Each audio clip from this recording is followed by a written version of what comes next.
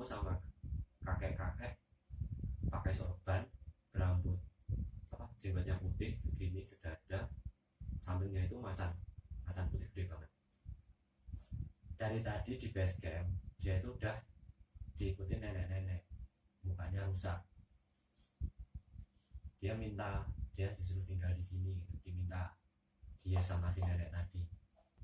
Kuntilanak ada, genderuwo juga ada, harimau ada, pokoknya segala macam makhluk itu ngelilingin pos 3.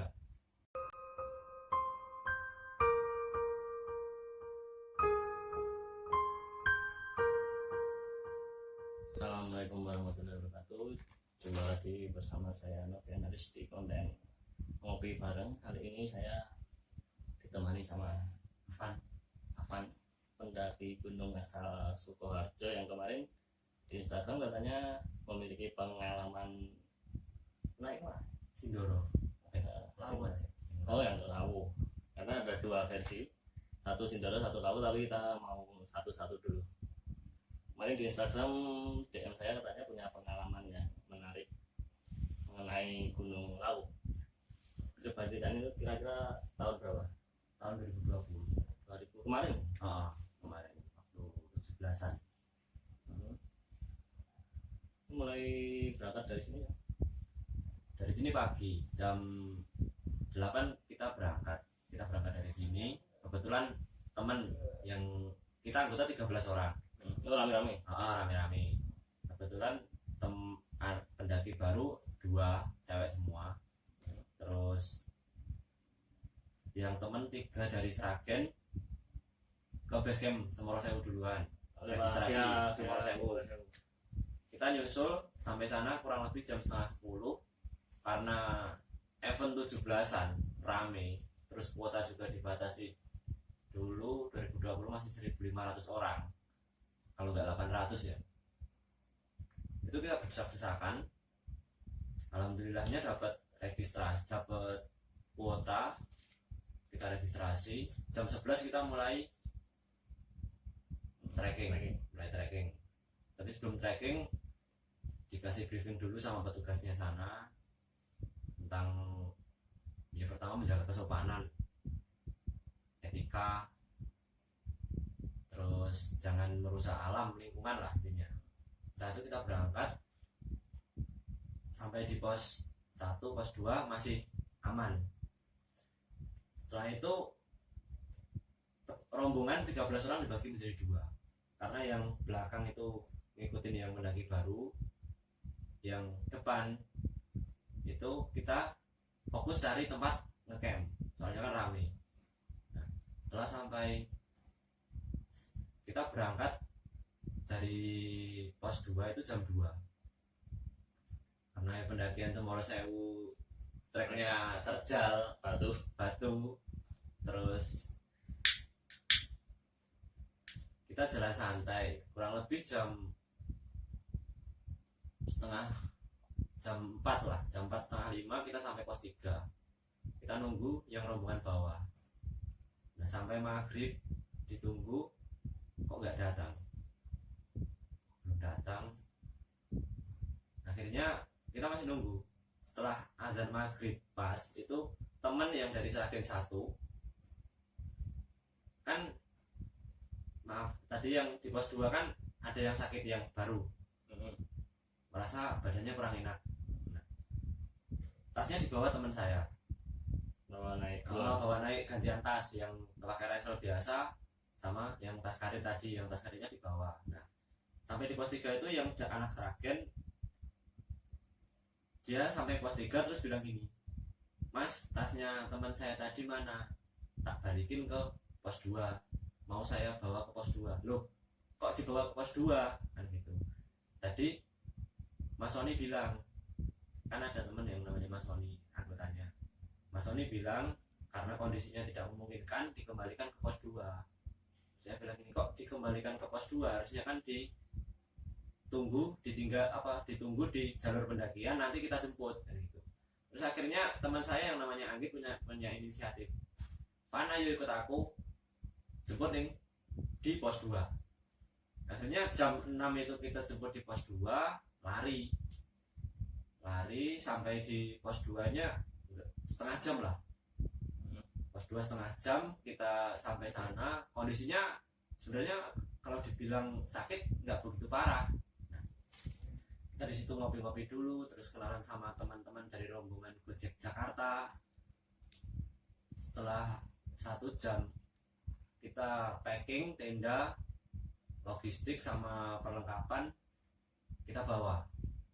Awalnya yang buat agak horor sih, agak creepy sih, yang temen cewek ini kan bukti kalau dibilang, jadi disentuh cowok nggak mau, padahal kan dia pakai sarung tangan.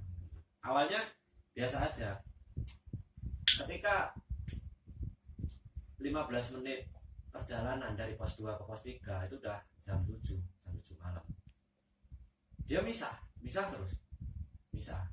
Setiap mau ditolong, dipegang, dia nggak mau, katanya bukan mukrim gitu. Terus masih di waktu yang sama, setiap 10 meter itu tetap dia ambruk, mual. Setiap mau digendong lari, dia kayak punya tenaga, lari.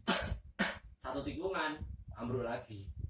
Seperti itu terus. Jam 8 kita ketemu pendaki dari Wonogiri, 4 laki-laki 1 perempuan. Nah yang perempuan itu sama salah satu, yang perempuan itu sama saudaranya, sama adiknya. Dia nolongin yang 3 tak suruh cari yang namanya, anak saya juga sama adik saya, cari yang namanya Mas Rizky atau Mas Sony di pos 3, nanti ngopi-ngopi di sana dulu nungguin temannya. Sedangkan yang 2 temannya itu ngikutin kita, bantu.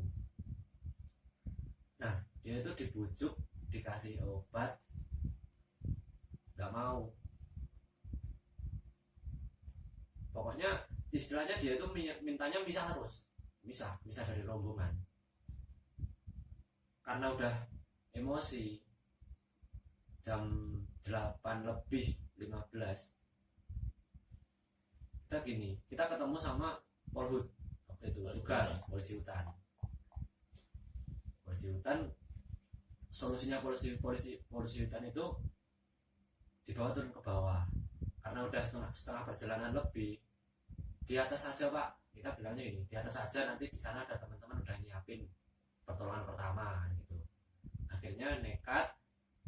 Terus si ceweknya tadi yang sakit tadi dipaksa, mau nggak mau kamu digendong, bukan mukrim. Nasi judulnya gitu, bukan mukrim. Saya pakai sarung tangan, teman saya yang bilang saya pakai sarung tangan. Bagian mana yang nyentuh tubuhmu kan gitu. Akhirnya dia mau.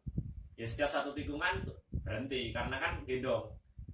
1 tikungan berhenti, dia langsung lari. Setiap habis digendong lari, ambruk lagi, dikejar, gendong sampai jam 9 malam itu, sampai di pos 3. Pos 3 itu tenda udah berdiri. Itu sampai teman saya bilang gini, baru kali ini yang gitu itu perjalanan dari base camp ke pos 3 dari jam 11 siang sampai jam 9 malam. Sama ya, pokoknya intinya jangan berpikiran negatif tentang gangguan gitu. Dia pokoknya gitu orangnya. Akhirnya setelah sampai situ dikasih pertolongan pertama, dibikinin makan, dikasih minyak lah, segala macam obat tolak angin yang adanya. Jam 11 dia merasa kedinginan kayak semi hipo. Kebetulan di situ kumpul dari kawan dari komunitas open trip yang dari Jogja. Ada satu namanya Mbak Rizky juga, dia juga paham lah intinya kalau masalah itu. Sedangkan dari rombongan saya Mas Sony itu yang paham, yang istilahnya kayak punya kelebihan. Nah jam 12 malam itu posisi ngopi sama teman-teman yang dari rombongan komunitas, sama orang Kediri juga, orang Lamongan. Waktu itu saya, ini ada apa, kok nggak beres beres kan, saya bilang gitu.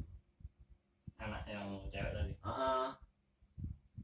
Dia itu tetap merintih, intinya sakit sakit dan sakit, tapi disuruh makan dia nggak mau. Nah, terus disentuh cowok dia juga nggak mau, padahal yang paham pertolongan pertama, yang pengalaman itu yang cowok. Terus jam 12 malam itu masih sama kondisinya, bahkan yang teman saya Mas Sony mijit tangannya ini, dia posisi merem, giliran dia membuka mata langsung gampar tangannya, bukan mukul Mas. Akhirnya dia udah nyerah, ya udah keluar. Jam masih kondisi yang sama itu saya posisi merem, kayak istilahnya berdoa lah, zikir. Nah di dalam zikir itu Ini beda tenda. saya di posnya, di posnya saya tidurnya di pos. Tendanya cuma buat cewek sama teman saya yang dari Jogja, ada dari Jogja satu. Nah pokoknya yang angget ikan akan bilang ini, dia nggak beres gitu, udahlah nggak usah berpikiran negatif, positif aja. Itu dia masih bilang gitu, tapi di sisi lain saya bilangnya udah nggak beres. Akhirnya saya ngadep kiblat, berdoa. Nah di dalam berdoa itu saya ketemu, kayak istilahnya udah masuk ke alam lain lah intinya, ketemu sama kakek-kakek pakai sorban, berambut jenggotnya putih segini sedada, sampingnya itu macan putih gede banget. Nah dia bilangnya gini, salam dulu istilahnya, kayak ngobrol lah, assalamualaikum. Saya jawab waalaikumsalam. Saya nggak tanya itu namanya siapa, kenapa datang, saya nggak tanya. Istilahnya dia langsung bilang gini, kamu sama rombongan saya terima di sini, istilahnya gitu. Terus tapi di antara dari sekian pendaki yang ada di sini itu ada yang kurang ajar gitu. Intinya kamu sama satu rombongan saya terima di sini, entah percaya atau enggak ya itu wallahu alam lah, tapi saya benar-benar ngalami. Terus dia bilang gini, jangan buat hal aneh-aneh, terutama melakukan istilahnya mesum, itu paling dibenci yang di sini itu. Nah setelah itu dia pergi, dia ngucapin saya tinggal dulu. Terus macan harimau tunggangan saya, istilahnya tunggangannya dia yang nemenin dia itu ngawal kita, disuruh ngawal kita dari puncak sampai turun sampai base camp itu ngawal, istilahnya gitu. Terus jam 12:30 udah berhenti berdoa kan, sampai jam 12:30.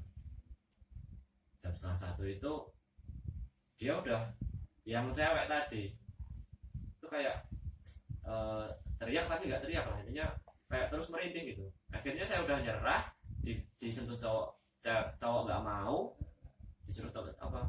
Terus yang cewek juga udah bingung karena udah malam, dia juga butuh istirahat kan. Akhirnya saya bilang ke Mbak Rizky yang kenalan dari Jogja tadi, Mbak saya boleh minta tolong nggak? Kenapa? Itu ada satu teman saya tepar, soalnya dia juga nggak mau disentuh sama cowok, tolong dong gitu. Akhirnya dia masuk tenda, saya buat kopi sama Mas Sony. Terus dia bilang gini, Mas Soninya, ada yang nggak beres Pak. Gimana Mas? Ada yang nggak beres. Itu saya ngerasa di sekeliling pos itu ada ratusan makhluk tak kasat mata ngelilingin gitu. Ini yang kelihatan apa? Yang kamu rasakan atau kamu lihat? Ya kayak sekumpulan orang, ada juga binatang. Mas Sony juga tahu itu kita dikelilingin ratusan makhluk, bukan hanya pendaki tapi orang, nggak kasat mata ya, kayak saya bilang juga ada, harimau ada, pokoknya segala macam makhluk itu melilingin pos 3. Pos 3 itu dikelilingin. Nah, setelah 1 jam Mbak Rizky tadi melakukan pertolongan pertama, akhirnya udah nggak sakit kan, udah diam tapi belum tidur kan gitu. Dia keluar, dia ngobrol, ada yang deketin temanmu itu. Terus Mas Sony bilang ini juga, dari tadi di base camp dia itu udah diikutin nenek-nenek, mukanya rusak. Dia minta, dia disuruh tinggal di sini gitu. Diminta dia sama si nenek tadi. Terus aku bilangnya gini, kenapa nggak bilang dari tadi Mas gitu. Saya kan nggak nyadar, soalnya kan saya di posisi di rombongan awal, sedangkan waktu jemput dia, fokus saya itu intinya gimana caranya langsung ketemu teman-teman, udah blank, nggak mikirin tentang hal yang nggak beres tadi. Nah, terus dia bilangnya gini, untung tadi dianya nggak putus baca sholawat dalam hatinya. Bilang itu. Nah, semenjak itu yang harimau tadi itu tetap kita istirahat itu dia ngelilingi kayak ngawal gitu, kayak ngawal terus. Intinya jangan sentuh rombongan ini gitu. Itu dilanjutin paginya? Itu belum, masih dalam kondisi yang sama. Terus ada sih yang ada satu makhluk itu gini, kayak bisikin gitu ke kamu. Yang anggota rombongan itu ada yang kurang ajar, istilahnya omongannya kasar. Terus saya nggak suka, saya mau dia tinggal di sini. Tak bilangin gini, jangan, biarkan saja dia menerima balasannya sendiri. Saya bilangnya gitu. Terus udah itu saya ke tenda. Waktu itu dia udah mau sembuh, tapi disuruh makan nggak mau gitu loh. Cuma makan obat, minum obat, tapi nggak, perutnya kosong. Kalau pikir saya kan diajar obat, tapi kalau perutnya kosong kan kasihan lambungnya. Nah, waktu itu saya bilang gini, tapi kalau saya berpikir kata-kata saya salah. Saya bilang gini, kamu mau mati di sini, aku nggak masalah kok di penjara. Toh ini kan acara yang ngadain kan saya nggak masalah di penjara. Kalau kamu nggak mau makan, kalau kamu mau mati di sini, atau tak bawa aku turun kembali ke base camp, bawa tim SAR ke atas, nanti kamu diurusin tim SAR, masuk rumah sakit, atau mau sembuh besok summit, kamu makan sekarang. Tak gituin. Mungkin kata-kata saya juga salah posisi saat itu, tapi saya juga terpaksa kayak gitu. Soalnya dia makan, dia mau makan, akhirnya dia makan roti sama minum teh. Setelah itu dia tidur pagi sampai pagi nggak ada apa-apa. Terus kita summit, itu kita yang rombongan itu udah pisah-pisah, udah jadi berapa rombongan yang ke atas. Nah, dia paginya mau nekat summit, Mas, aku mau ikut summit, bilangnya dia ke Mas Sony. Mas Sony cuma bilang gini, kok nggak keinget tadi malam kamu itu ngapain? Menyusahkan, istilahnya bukan menyusahkan sih kalau Mas Sony bilang, tapi ya kasarnya buat geger teman-teman karena kondisimu yang tadi malam itu kayak apa. Akhirnya dia nggak diizinkan sama Mas Sony. Ada temennya 2, besok aja, kalau kamu udah siap mental, siap fisik, kita naik lagi, tak anterin sampai puncak gitu Mas Sony. Akhirnya yang lain udah naik, yang dia tetap tinggal.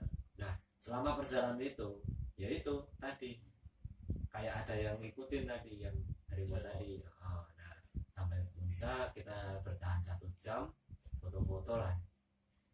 Terus karena saking ramenya kita nggak dapat tempat yang di puncaknya itu, akhirnya dari bawah, cuma foto dari bawah. Terus kita turun sampai di pos 3 itu kurang lebih jam 12 kita jam 12 kita makan, packing. Terus setelah packing saya Mbah, assalamualaikum Mbah, kita pamit dulu, insya Allah besok saya silaturahmi di sini.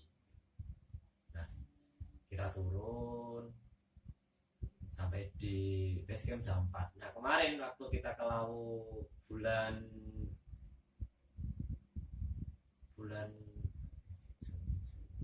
Mei kalau nggak salah, Mei, kita sudah naik nganterin anak-anak SMA. Nah, saya naiknya kan saya bertahan di base camp malam Sabtu, kita berangkatnya juga Sabtu pagi. Nah, dia waktu itu saya tidur, dia hadir di mimpi, katanya assalamualaikum, nah gitu, dia hadir lagi di mimpi dengan orang yang sama, sampingnya pun sama. Dia bilang ini harimau putih tadi, dia bilang ini, kok kue, istilahnya dalam Jawa gini, kok kue suwe ora rene, kok kamu lama nggak kesini, nggak silaturahmi sama Simbah gitu. Saya juga merinding. Terus saya bilang, maaf Mbah, baru ada waktu.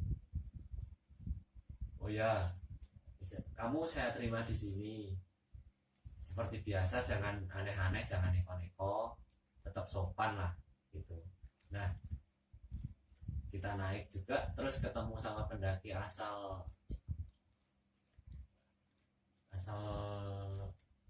lupa saya.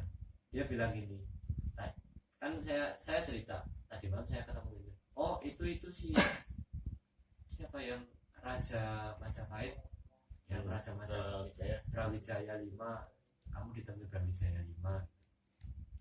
Terus akhirnya juga saya silaturahmi, akhirnya saya tahu identitasnya kalau itu Brawijaya 5 sama kalau nggak salah pengawalnya yang mana harimau putih itu. Dari situ saya silaturahmi, ya istilahnya kirim doa lah buat beliau supaya tetap melindungi orang-orang yang baik, yang mau istilahnya kalau tidak silaturahmi ya mau mendaki gitu. Saya kirim doa buat beliau. Udah cukup. Itu berarti sampai sekarang siapa tadi ceweknya Namanya Ambar. sampai sekarang belum naik lagi? Belum, kapok katanya. Ya itu kan dulu saya bilang waktu briefing itu seminggu sebelumnya, seminggu sebelum naik usahakan 4 hari jogging setiap pagi sama sore. Kalau saya gitu, paling enggak 4 hari jogging seminggu sebelum berangkat, 2 hari cool down buat isi tenaga lagi biar gak capek. Terus waktu naik kan kaki sama nafas kan enak kalau udah jogging, nggak kaget lah istilahnya. Kecuali kalau yang udah terbiasa nggak tanpa pemanasan langsung naik, paling napasnya napas habis sebentar, habis itu normal lagi kan gitu. Saya tekankan sama anak-anak itu juga, sama teman-teman yang lain itu, pokoknya kalau misalkan kondisi fisik nggak memungkinkan, usahakan pemanasan dulu. Terus yang kedua, perlengkapan harus safety. Paling enggak obat pribadi itu harus wajib bawa. Soalnya kita nggak tahu penyakitnya yang dia bawa itu apa, kan yang tahu kan orangnya sendiri. Itu. Kalau saya itu sih. Pokoknya intinya setiap naik usahakan safety dulu. Jangan ngejar puncak lah. Puncak itu puncak nggak pindah kemana-mana, tidak pindah kemana-mana. Usahakan safety, aman, jangan neko-neko lah. Kita nggak tahu di gunung itu ada apa aja. Ya mungkin kalau orang awam yang dia cari view, tapi kan kita juga harus jaga tingkah kita, attitude kita gimana. Soalnya penghuni gunung itu kan juga nggak semuanya manusia ya, semua tempat lah pasti ada, apalagi di gunung gitu. Udah itu aja. Oke teman-teman, jadi itu tadi pengalaman Mas Afan di Gunung Lawu yang ditemuin sama katanya sih Brawijaya 5. Jadi ini sosoknya Kiai pakai sorban, terus jubahnya putih, jenggotnya sedada. Orangnya kalau dibilang tua tapi nggak tua, tapi mukanya itu putih bercahaya gitu. Kalau orang bilang, yang teman saya bilang itu katanya Brawijaya 5, tapi saya pribadi dalam agama juga kan, masa orang yang udah mati sosoknya ada lah muncul lagi kan gitu. Tapi kan juga itu kan juga wajib di yang namanya mitos kan, antara iya dan tidak. Terus ya saya percaya aja lah, misalkan itu benar-benar Brawijaya 5, ya terima kasih istilahnya, lewat Allah melindungi saya sama satu rombongan lewat beliau kan gitu. Oke teman-teman semua, jadi itulah tadi pesan-pesan ini Mas Afan buat para pendaki pemula. Biasanya pemula ini sing okean apa ya kayak saiki ya Konten kan yuk kan cuma kutin. Jadi aku tuh dalam dulu waktu mendaki itu di sini dan bener-bener pendaki emang dia ini pecinta alam, tapi sekarang itu pendaki sama pecinta alam harus beda beda ya. Gini, Monggo. orang naik gunung, setiap orang naik gunung entah siapapun itu jelas namanya pendaki, tapi belum tentu pecinta alam. Soalnya apa, kejadian kemarin yang viral itu kan kayak metik edelweiss, vandalisme, dia dikatakan pendaki tapi bukan pecinta alam. Tetaplah kita jaga sopan santun. Apa yang kan kalau pantangan kalau saya bilang aturan itu kan ada aturan sosial, ya agama, ya adat. Kalau adat kan kita ngikutin adat yang penduduk setempat, yang dilarang apa kita ikutin. Toh terus dalam agama kita dilarang apa, dalam sosial kita dilarang apa. Toh misalkan hal baik juga kita juga yang manfaatnya kan buat kita juga. Kalau hal buruk terus dampaknya buruk kan juga kita juga yang nanggung. Dan biasanya sama teman-teman Sama teman-teman satu rombongan nah intinya. Kasihan kan mereka mau menikmati alam, rusak gara-gara ulah satu orang kan gitu. Intinya tetap mendaki safety, attitude, sama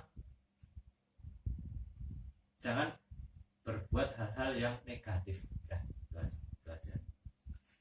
Oke, jadi dengan pengalaman ini teman-teman bisa mengambil banyak hikmah. Jadi yang bagus ya silakan diambil, yang enggak ya jangan diambil, tinggalkan saja. Oke, sampai ketemu lagi di konten ngopi bareng kita selanjutnya. Wassalamualaikum warahmatullahi wabarakatuh.